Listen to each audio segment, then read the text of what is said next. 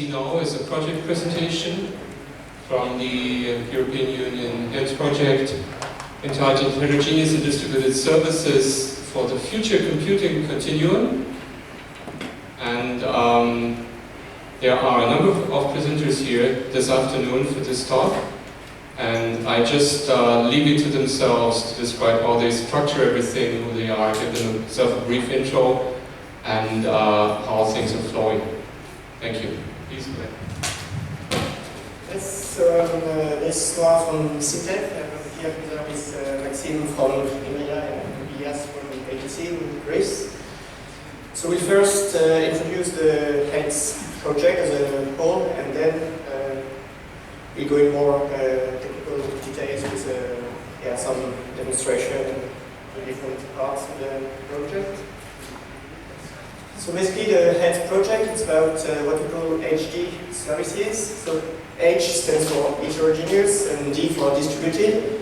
So it's the kind of services where whose logic has to be distributed on a very heterogeneous set of nodes, ranging from small microcontroller, gateways, possibly servers and so on.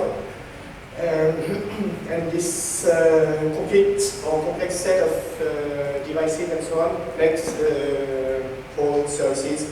You can't just deploy the full services on just one node, but to make really meaningful services, you need actually to be able to distribute the different parts of the logic in the different physical nodes. So why do we want to make this kind of HD services?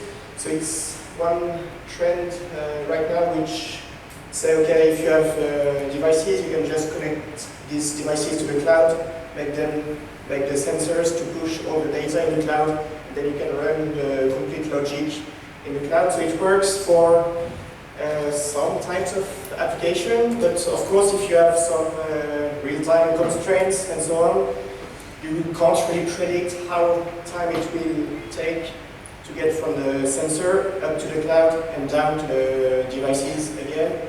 So that's why you need to be able to run some part of the logic directly on the sensors or the small devices as close as possible to the physical world, so that you can make some real-time actions depending on what values the sensor or sensing. And since you are distributing your application on a large set of nodes, you're a bit more robust if one of those nodes disappears suddenly because maybe it's operating on batteries and batteries run out. You still have all the other nodes that can execute part of the logic and allows the service to run in a kind of degraded mode, but still provide some good enough service. So actually, HD services, we can find them in a lot of different domains. So one is health and ambient assisted living, where people are equipped with sensors to monitor how good they are feeling and so on. Of course, we could find it in the domains intelligent transport system with cars, infrastructure equipped with sensors. And in many cases, when two cars approach a cross, you don't want to get up to the cloud, make a decision and so on, but you want the car to kind of collaborate together to stop and go. This has to happen in real time in order to avoid crashes, of course.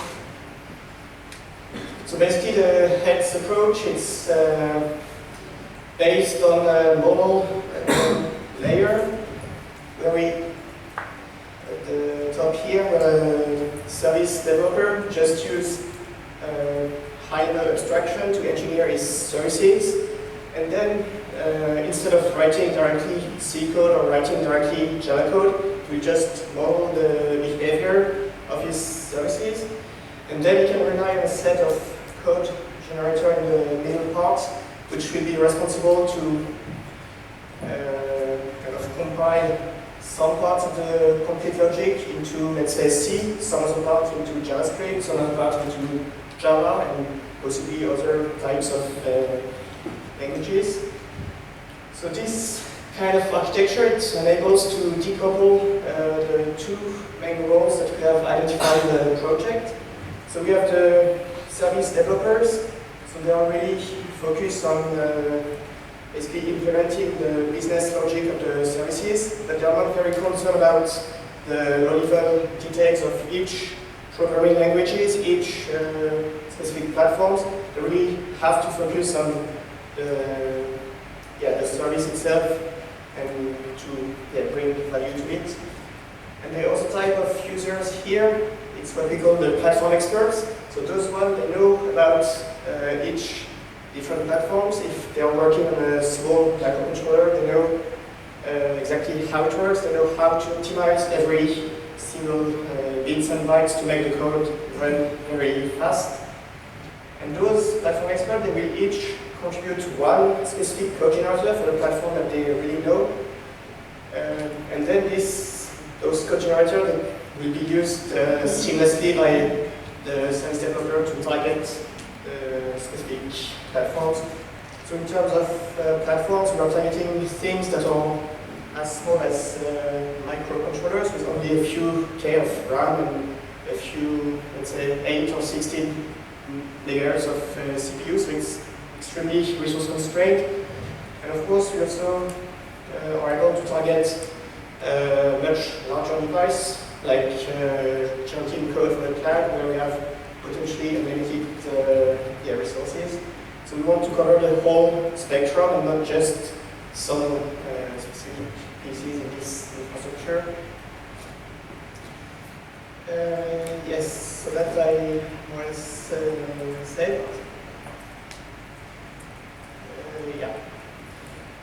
So the whole point of this project is when we want to develop such kind of HT services, we want to make the design, implementation, and deployment make it a safe process, consistent and predictable. So we provide tools and frameworks to kind of control how you can develop such kind of services, and we provide also a methodology to guide the developers and the platform experts in their respective roles.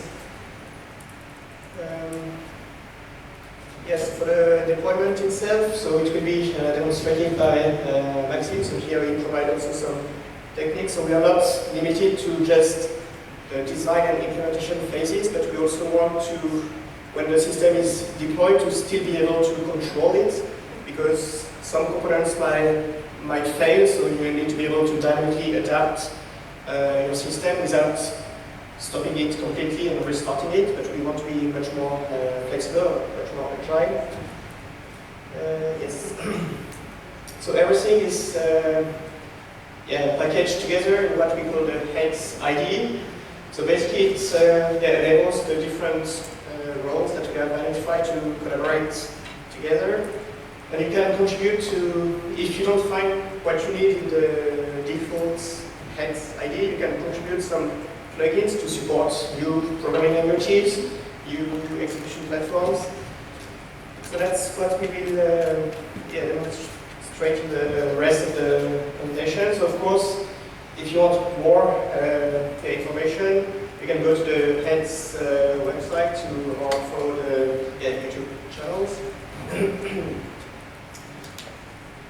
Yes, so this project, so it's a EU project involving 5 partners in France, Greece, Norway, and Germany.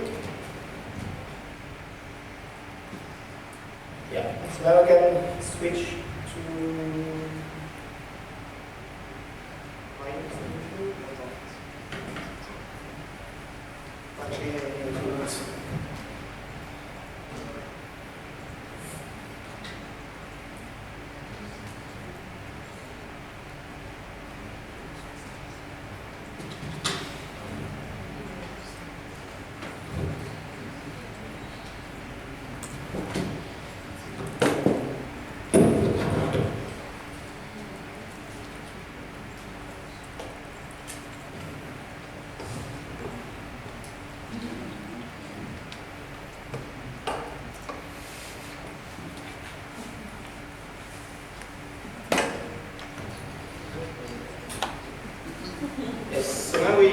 you've got a very quick overview of the whole Heads project. And now we go a bit more into the technical details and technical results. So as we said, one of the main results is the Heads IDE, which integrates all the technical results of the project. So basically, as I already said, it will support designers during the design time, implementation, and also operation of the HG services. So it also covers the runtime part. So it's based, as we have seen, on a set of code generator or compilers, which are able to target as devices as small as this one here. So it's Arduino board, so I don't know if you're familiar with it, but it's extremely resource constrained. 2K of RAM and a few megahertz of CPU. So here you don't have room to run advanced OS or frameworks or so on. You have to be extremely efficient in the code that you generate. And we also provide by default generators towards Java and JavaScript. But of course, if we need during the project or after the project to cover other languages, we can do it because we provide a kind of modular framework to add new projects.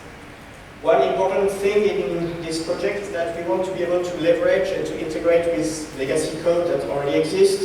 So we don't want to remodel or redesign everything that already exists here. So if you have a Java library or a C library that is working well, just reuse it as it is, wrap it, instead of remodeling it. It makes no sense to just reuse what exists. And also we provide a third layer covering the runtime part, where the design model that we have made at design time, we keep it or keep them alive at runtime, so you can monitor the system and easily change it dynamically to cope with unexpected failures, for example. So the Heads IDE integrates two main languages. So the first one is dedicated to, and is targeting the service developer. So it's dedicated to defining the behavior of your services. So since we are talking about distributed systems, so it's based on state machine, which enables you to express asynchronous behavior. And the other one, the second language, so it's really focused on deployment of components on the distributed architecture. So here we don't look into the implementation, we just take components as black boxes and deploy them on the different nodes of your system and connect them together via channels to enable communication between them. So first language, it's actually called Continuum. So it's, well, to make it short, it's a well-defined subset of the UML state chart. So we didn't want to include the whole UML because it's way too complex. So rather we extracted the subset that we really used. It has a proper action language, so it enables you to write your very fine-grained behavior. Unlike UML, where you typically need to hack those information in some strings that commercial might leverage. It has some mechanism also to integrate directly with languages like Java, JavaScript, or C. When you want to wrap, as I said, an existing library, you can use some mechanisms in the language to kind of mix your, let's say, C library with ThingML and wrap it with ThingML. The code that we produce, it's we try as much as possible to make it clean and reusable. So the idea is that we provide and generate proper interfaces so that even if you're not using the Heads IDE for some reason, you can still use the code that we have generated using the public APIs. So at those two links you can find some more information on the single language. So here it's a quick overview of the single languages, but I won't detail it in. So now it's time for the first demo. So basically it will be based on this hardware setup here. So as I said, it's based on an Arduino board, very resource constrained, you can see here. So of course it's not possible to run any OS here, you have to go bare metal. And it is equipped with a small set of sensors. One is a light sensor, one is a temperature sensor. It has a local LCD display where you can visualize the temperature or the light level. And whenever we click on the button here, it will change the display and send the information over the serial communication here. So on the PC, my PC, we have a second execution node, which is will be executing in JavaScript, but potentially we could, and we have demonstrated before, generate Java or C code. It's basically the same. And later in the demonstration by Maxime, it will be a third node that will actually run in the web browser, and which enable to visualize the temperature and light values that come from this microcontroller here. So everything is available on GitHub at this address here. So now I can go into the IDE. So first thing, when we want to model such kind of services, in this case a weather station, we first need to agree on the different messages that will be exchanged between the different nodes. So here obviously we want to exchange information about temperature and light. And the other way, we want to be able to kind of control these devices from the PC. So we have this command here, change display, which will force this node to update its display, send back some information.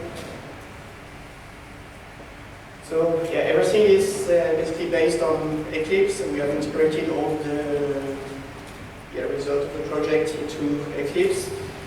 So we have this kind of textual editor which provides like completion and everything you could expect from a standard IDE.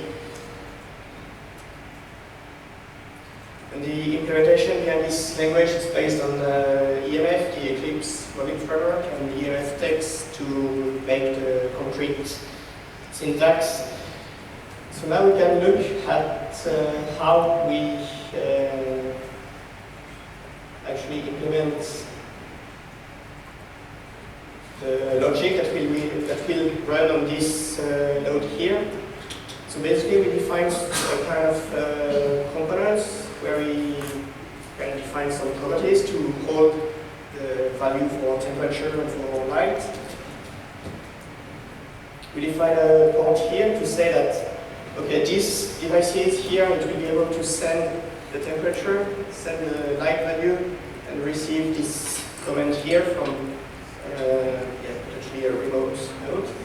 And then the behavior is actually implemented as a state machine. So here we went for a textual syntax, which is a bit closer to code, instead of graphical syntax, which rapidly can become complex to visualize. So basically what it does, when it starts, it enters this state here. We initialize all the display information. And then whenever we receive temperature value from the temperature sensor, we just update the labels. And the same for the light. And then the state machine is organized around two states, one for the temperature. And when we enter this state, we just display the current temperature on this small screen here. And we have basically three different ways of exiting this state and entering the light state below. So basically we could either press the button here, or we could wait for a timeout that we have started here, or we could wait for the command coming from my PC and send to this board to change the state, and then do the same with the light, display the light and send it to the remote node. So now what I will do is that I will basically compile this state machine into real executable code. So I just go there, select the Arduino platform. So you can see here that this folder has been created. So it contains basically the code that has been generated. So it's basically C code that is a bit tweaked to run on the Arduino board. So if I just take this code and put it into the Arduino IDE, so I can try to compile it. It takes some time, but it compiles in the end. And I can upload it on the board.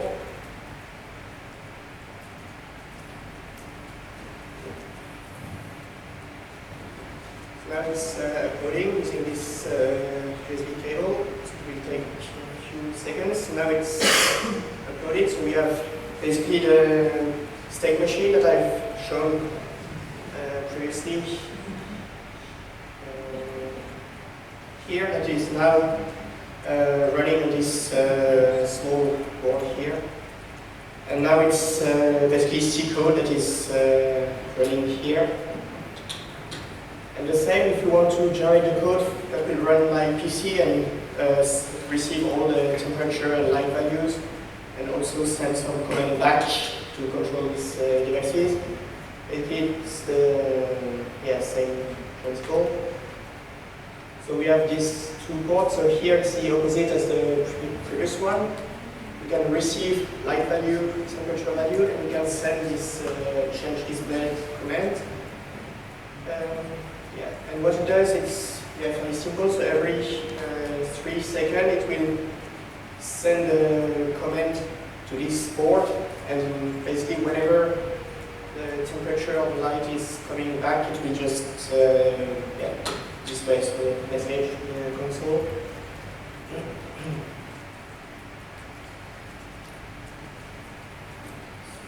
So now what I will do is that I will do the same, so generate the code, the JavaScript code.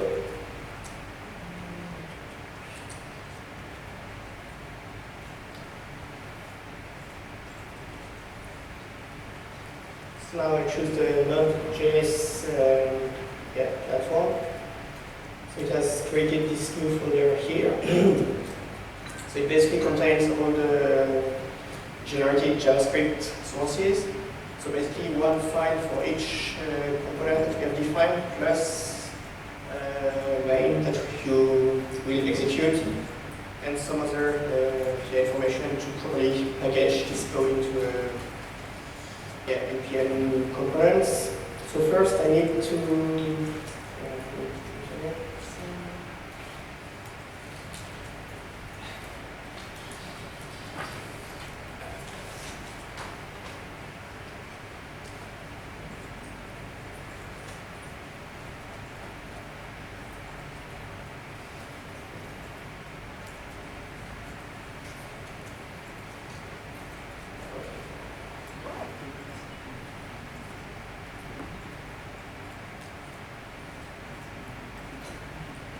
first, I'm running the npm install to basically install all the dependencies that we need to actually run this code. So in this case, it will take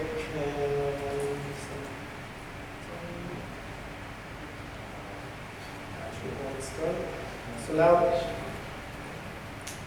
basically I have this state.js dependency, which we use to basically run the state machine, and since we are using the serial communication, I also depend on the serial ports component. So and now I can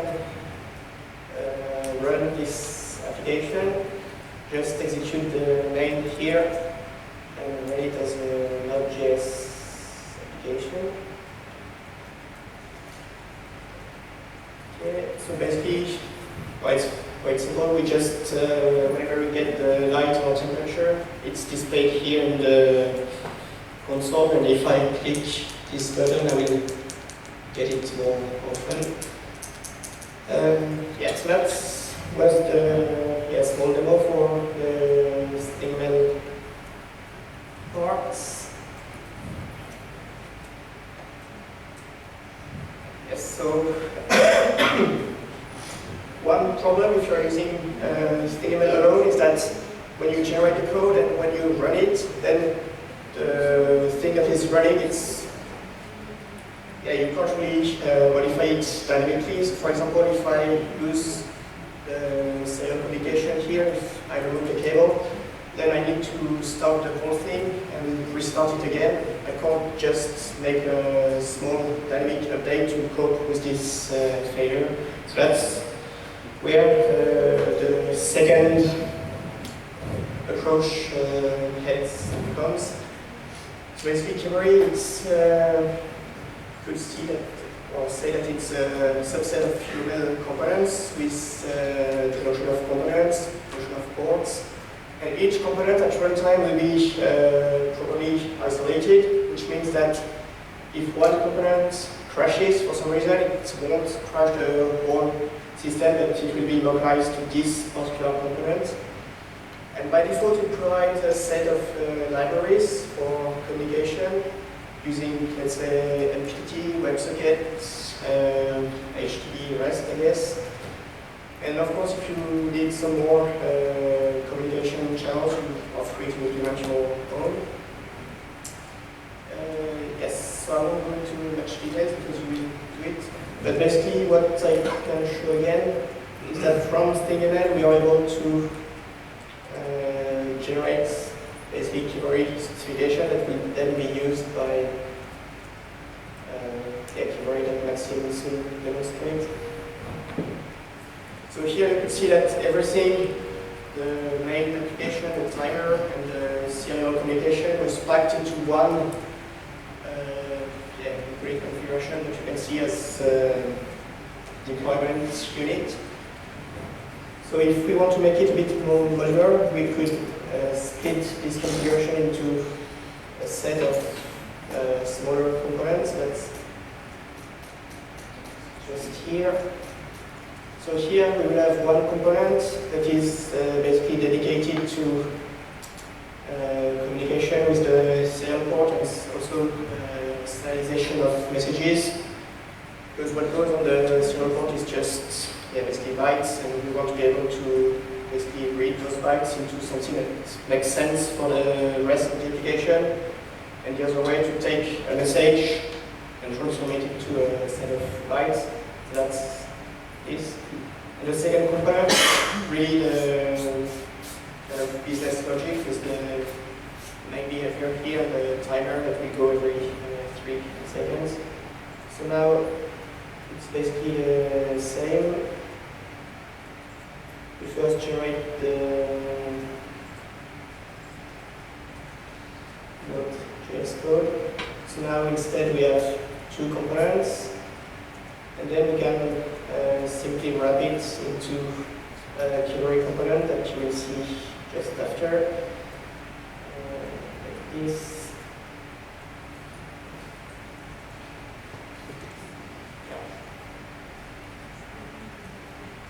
So now we can basically generate some scripts that Kimmery will be able to use to deploy the application. So I guess Maxime will demonstrate that.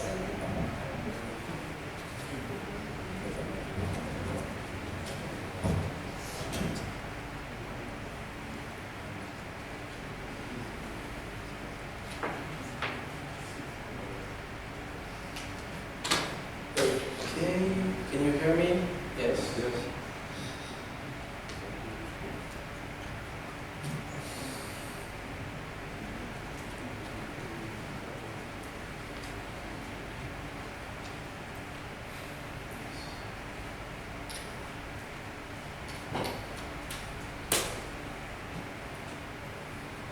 Okay, so I'm Maxime, and I'm working at the INRI area in France, and currently in the Cavalry framework in the context of the X project. So Cavalry is a component-based framework that we've developed in the context of the X project that leverages model at runtime to manage HD services. We provide scripting language that we just saw. It was the CavScript language that allows you to deploy and reconfigure your architecture at runtime, but not only at runtime. You can also just boot from scratch any node that you want using these languages. We've also developed a lot of tools to help developers and architects to get involved in the project and use the technologies that we've made. So there is of course the Heads IDE, but we have also an IntelliJ plugin to handle the Java part using Cavalry. And we've also created a Yeoman generator. So I don't know if you know it, but it's a code generator in the Node.js world. And we've made a web editor that allows you to manage your distributed architecture using a graphical view of it. So this is what it looks like. This is from the, you can go at the current address here, and then you can start playing with it. It's the way you can visualize the things that Brice just presents. The model you have and you want to manage will be represented in the editor as this. So the white boxes are the node where the code actually runs, and the black boxes that you see inside is the business code that you write. So this is actually your real applications. So for instance, the code that just showed Brice might be one of those black boxes. Then the black boxes are components, so components can talk with other components using inputs and output ports. So those are the things you can see on the left and right side of the black boxes. And those ports communicate using channels, so those are the orange circles. The channels can use several protocols, as Brice said, MQTT brokers, WebSockets, I don't know what you want. You can contribute and add your own protocol. And then you have the green circle that represents the concept of model sharing between the different nodes, because in the model at runtime world, you have to have a model that is shared across all nodes, and that is the big picture of your running system, distributed system. So we've made this to manage what you can do.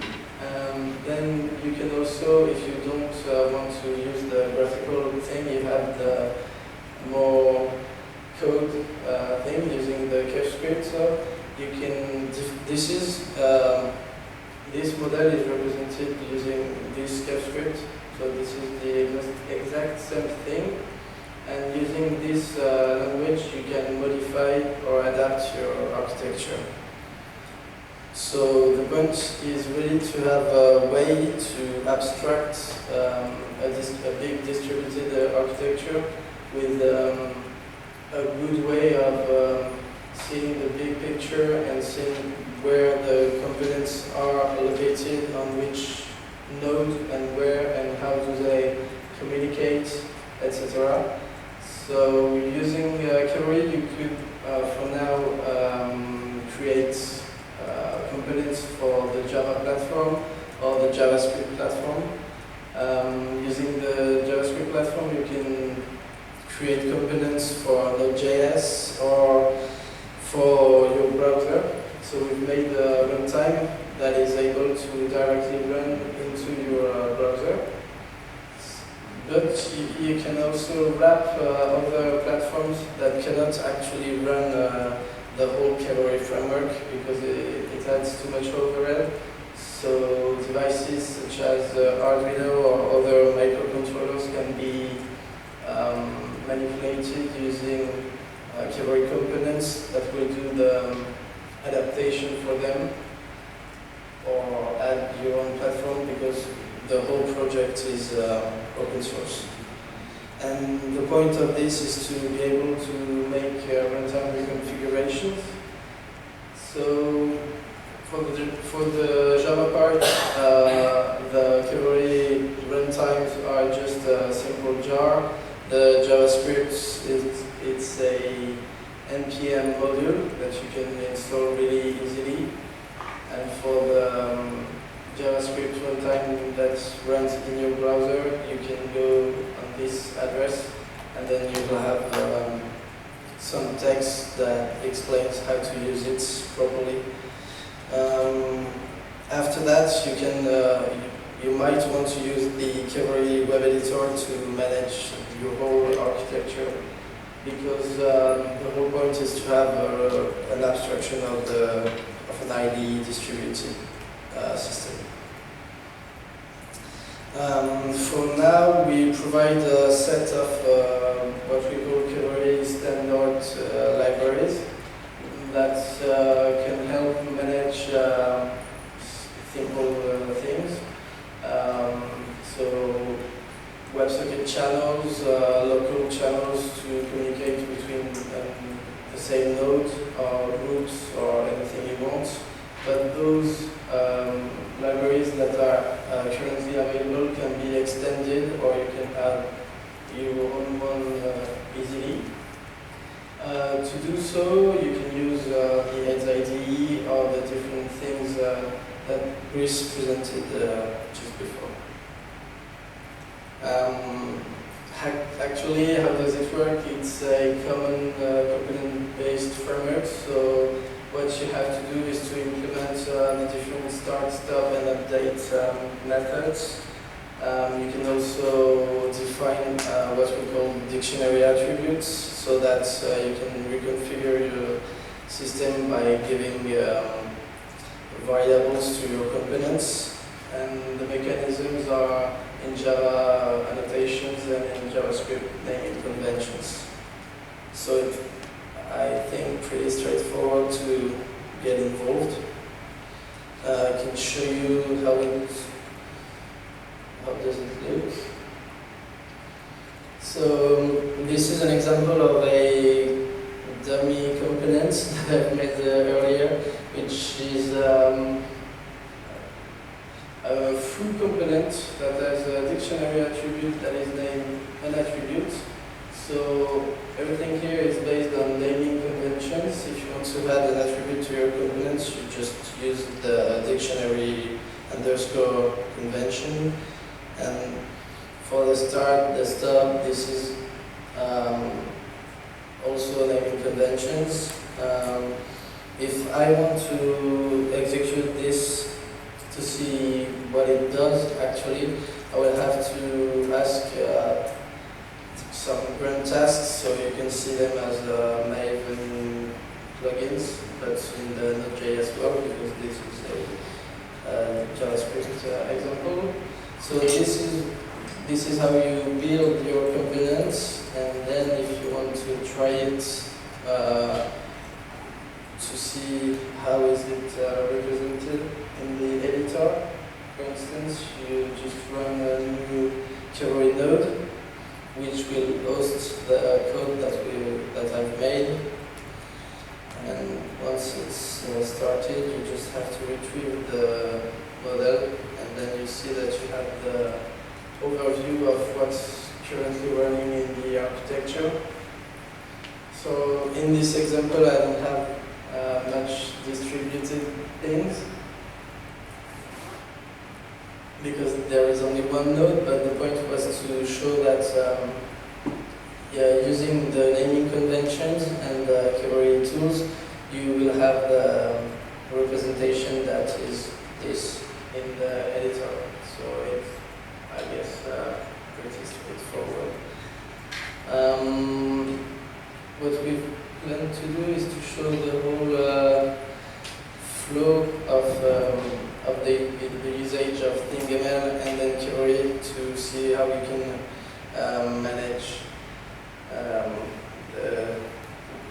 to receive how the values from this board in a browser node and display the values in some charts.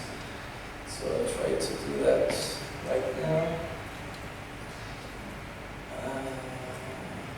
Just have to check that. Yes.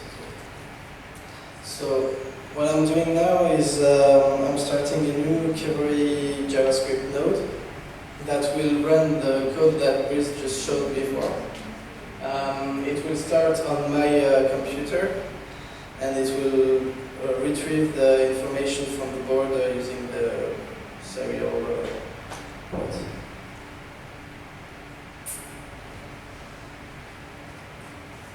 Just have to wait a bit because NPM is downloading the different. Okay, so I didn't stop the previous example, so import was already used.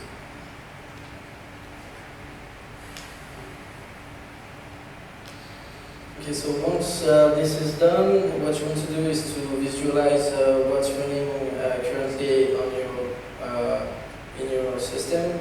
So what you do is you retrieve the model from the editor. So this is the Cavalry representation of what Brice showed you before. So there is which maybe you want to say something. There is the k-serial.js component that has the what's the name? So this is the part that allows you to change the display on the board, and then you have the different outputs of the Arduino board. And this is the Cavalry component that runs. Yeah. So this is the display that will that is currently showing this stuff. So now there is no connection between the two components, so that's why we don't have the different temperature and light values that are recorded. So what I have to do is to adapt the system.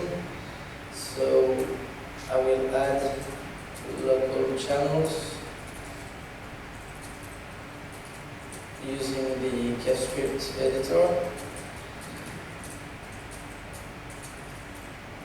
And then ask the editor to merge the things. So it adds two instances of channels, and then I can plug. So I have to do it right. Temper out.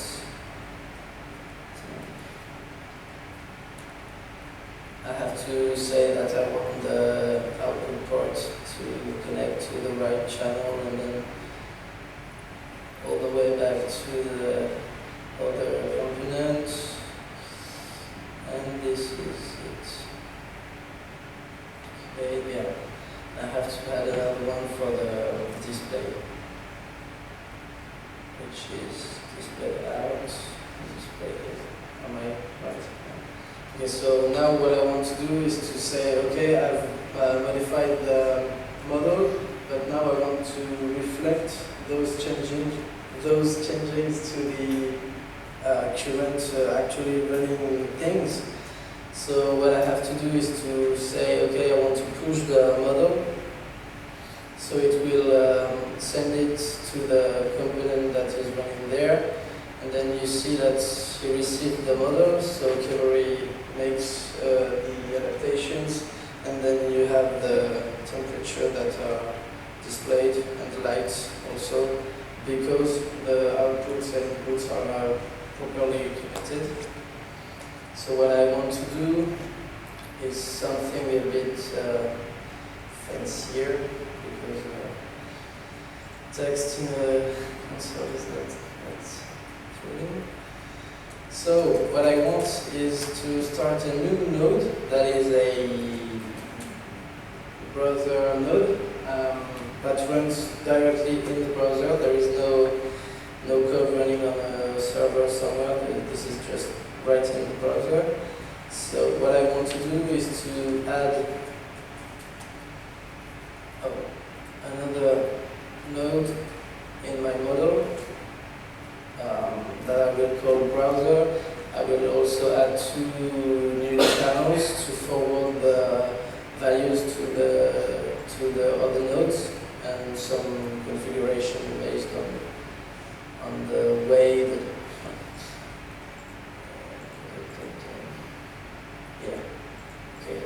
So if I want to add a node, I have to say please add a node. Okay, so this is the new node. What I want to do is to share the same model between my 2 nodes, and finally broadcast in some way the values from this board to my other node that will be running there in my browser. So how I do this? I'm using this one to say temperature.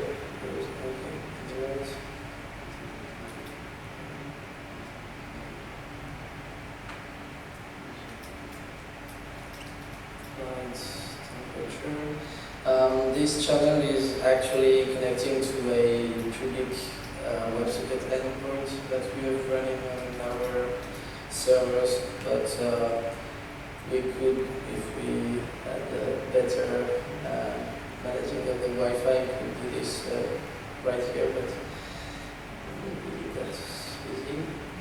So now I guess I can deploy that. So this node is receiving the modifications. So because I didn't change anything on this node, the modifications are not really nothing changed. But if I start the new browser node using this here.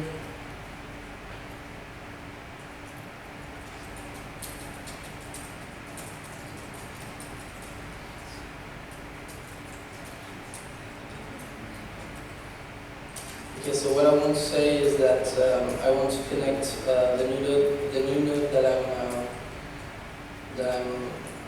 the new browser node. I want to connect it to the running one on my computer. So I have to say that I want to connect to this group.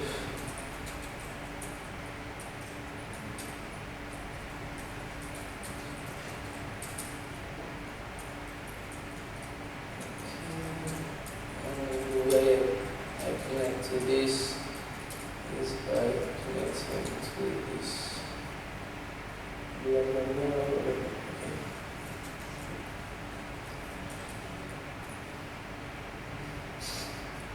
This is like, okay, so what happened is I've asked the new JavaScript node that is running in my browser to connect to the currently running one here. And because I've deployed this model to this node here, it has shared his model with the new connected one. So there is some adaptations to be done here, and that's why we can see the 2 components, the 2 charts that are added here. So normally we can see that temperature that are given by the board are displayed in this chart right here. So if I do something like send me stuff, it reacts accordingly. So, ta-da, this is great. Yay, okay, that's it. Yes, do you want to end? Because this is the end of my demonstration. All right, thanks.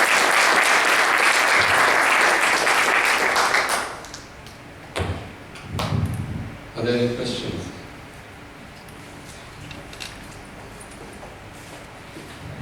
The project only implement on the Arduino, or there's another kit also supported? Yes, we basically use Arduino, but we also use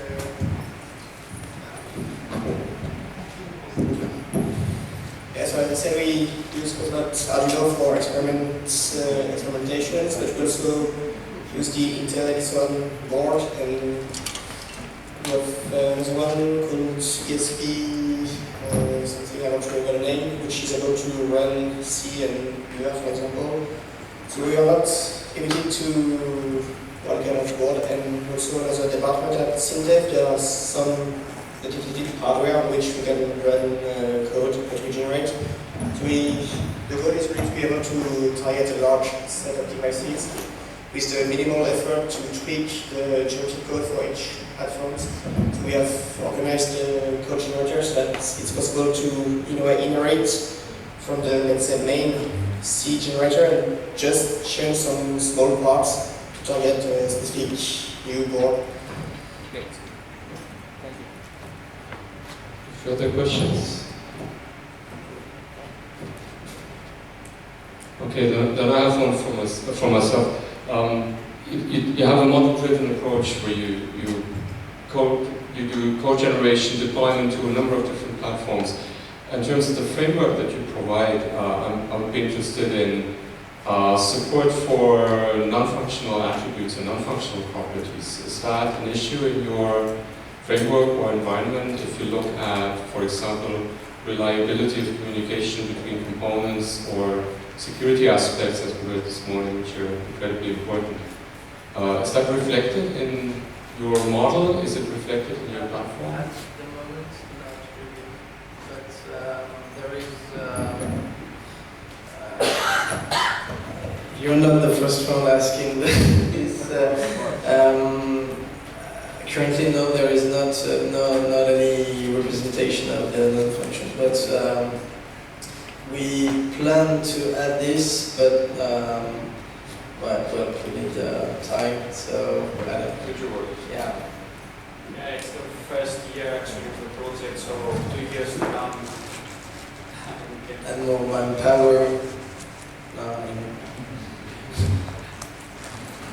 Okay, further questions? Yes.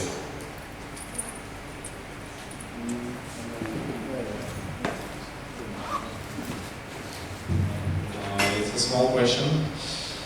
When you presented your demo, you were doing a lot of connections and all the things between channels and all the stuff. Yeah. So basically, do you target only small systems, or if you have many sensors, let's say of the same type, can you represent it nicely, or it will be a mess? It will be a mess. Okay.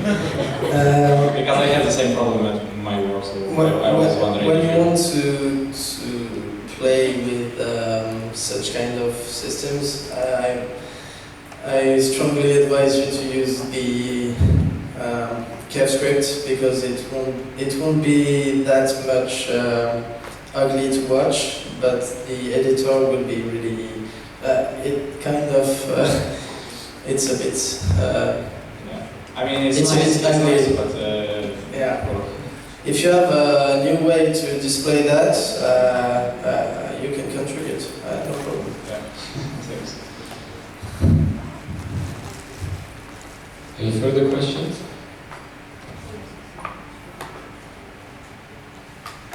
Okay, then let's thank our speakers. I